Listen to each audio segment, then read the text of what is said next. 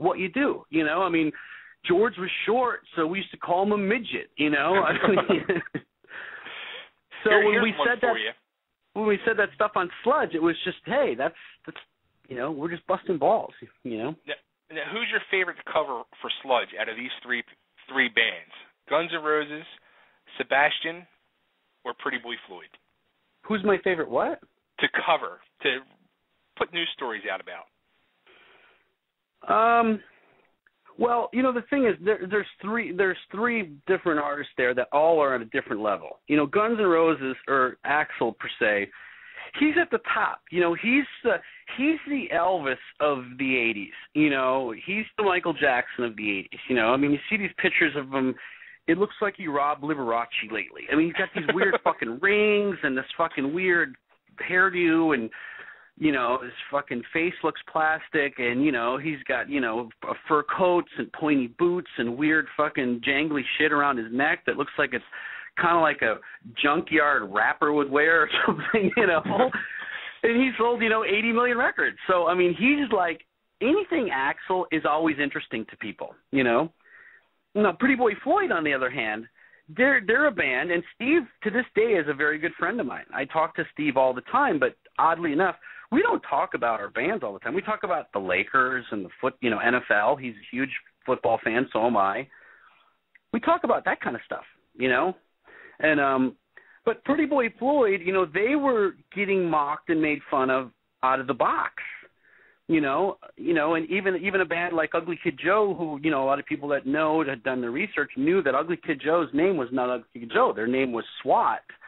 And they basically were opening for Pretty Boy Floyd, and they thought to themselves, hey, this will be funny. Tonight, let's call ourselves Ugly Kid Joe when we open up for Pretty Boy Floyd. And they did it as a spoof and a joke, but it ended up sticking, and it became their name, and Ugly Kid Joe sold 3 or 4 million records. So, you know, Pretty Boy Floyd has also, over the years, with all their lineup changes and tour drama or whatever they do amongst themselves, the guys have had obviously their fair share of turmoil, even at the low level, if we will call them D-list, you know, as opposed to Guns N' Roses being the A-list. Right. So there's also that interest, you know, that people look at it and they're like, Pretty Boy Floyd didn't, you know, sell but a couple 100,000 records, but their name, everybody knows it, you know? This is true. And, you know, Sebastian, he's in the middle, you know? I mean, the guy's a talented singer. He's had it all, you know, and he's been at the top of the heap. But he's also kind of an emotional guy that wears his heart on his sleeve so heavily. And he kind of, you know, he kind of makes, you know, for lack of a better description, he makes an ass of himself a lot, you know. And I think he's learned a lot, even in the last couple of years, from things that have happened to him. And, you know, he's been arrested for all kinds of dumb stuff, you know, getting angry at the bar when they wouldn't let him walk out with a glass of wine in his hand. So he freaked out and smashed it off the wall and then was arrested. And in New Jersey, by you guys, one time a few years ago, had some incident, and then he wouldn't abide by the bar's rules, so we got in an argument, and they called the cops, and the cops came, and then they found pot on him, and it's like, he just, like, steps on his own fucking dick over and over with that kind of stuff, you know, right? Yeah, he didn't learn his lesson too well as he grew up. It seems like the last few years, you know, he's kind of matured a little finally. Well, you know, and here's the thing. You know, if you went and looked at the Wikipedia, and I think we did this on Sludge once, he didn't get arrested once or twice.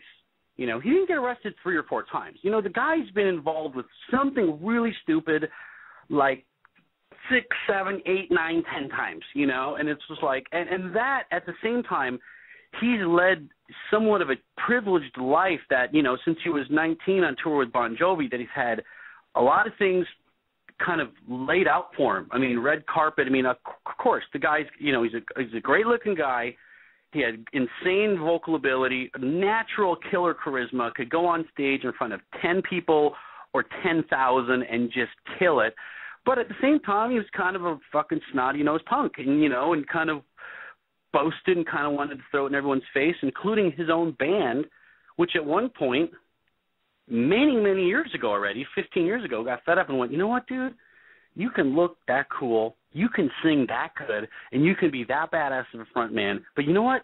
You're a fucking dick, and we don't even want you in the band anymore, so fuck off.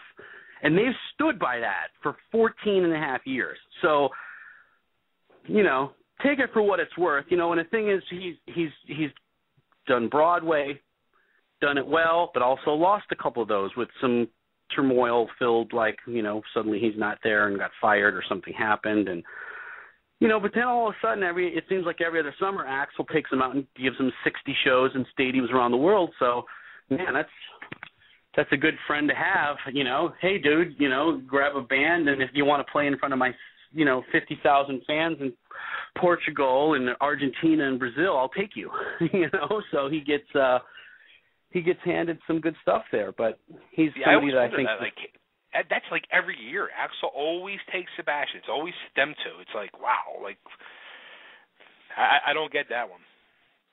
Well, and the thing is, you know, Sebastian too, you know, I think something that, you know, he said over the years, and he said it multiple times.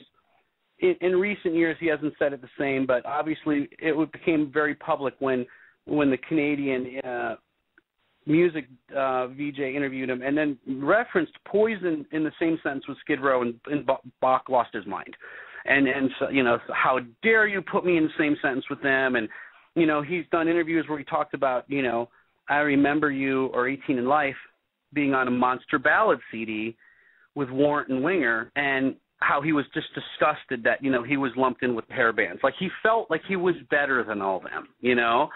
And Guns N' Roses, you know, if there ever was a hair band that was probably maybe, you know, outside that box and more classic rock or street punk, whatever you want to call it, it would be Guns N' Roses. But the bottom line is, at one point, even early on in the first videos, you know, they all had hairspray, they had eyeshadow, they were totally, you know, a glam hair band of the era. But they definitely, I mean, they weren't doing I Want Action and Welcome to the Jungle are two totally different songs. There's no doubt about it, you know. So all right, I got some more quick serious questions for you, and then I told you 20 minutes, we're at 40 minutes, and I mean, we could probably talk all night long. Let me see. Here's a question I don't know if anybody's ever asked you this one. Were you ever asked to, like, fill in and be, like, a Jenny Lane replacement or singer for Rat or one of them hair bands from back in the day? Well, absolutely. As a matter of fact, when Rat had their thing with Piercy, and this was in 2000, I think, when Rat had their issue with Piercy, and from what I heard through the grapevine is that they were on the road.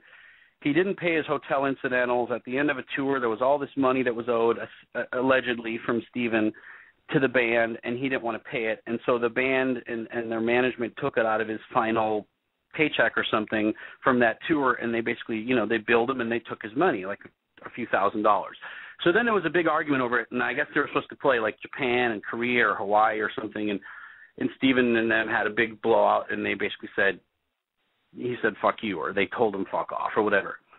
Well, if you remember, there was essentially a little bit of a cattle call for vocal auditions, and Mike Tramp, I guess, auditioned, Jizzy Pearl did, Robert Mason did. At one point, Robbie Crane had been a friend of mine for years. I told him I was interested. He played Warren and Blotzer a couple of tracks, one of them which was Tied to the Bells off the Religious Fix record. They heard it, and they're like, dude, that guy's got a really good voice. And then he's like, yeah, it's the guy from TUFF, you know. So they let me come down and sing, and I auditioned.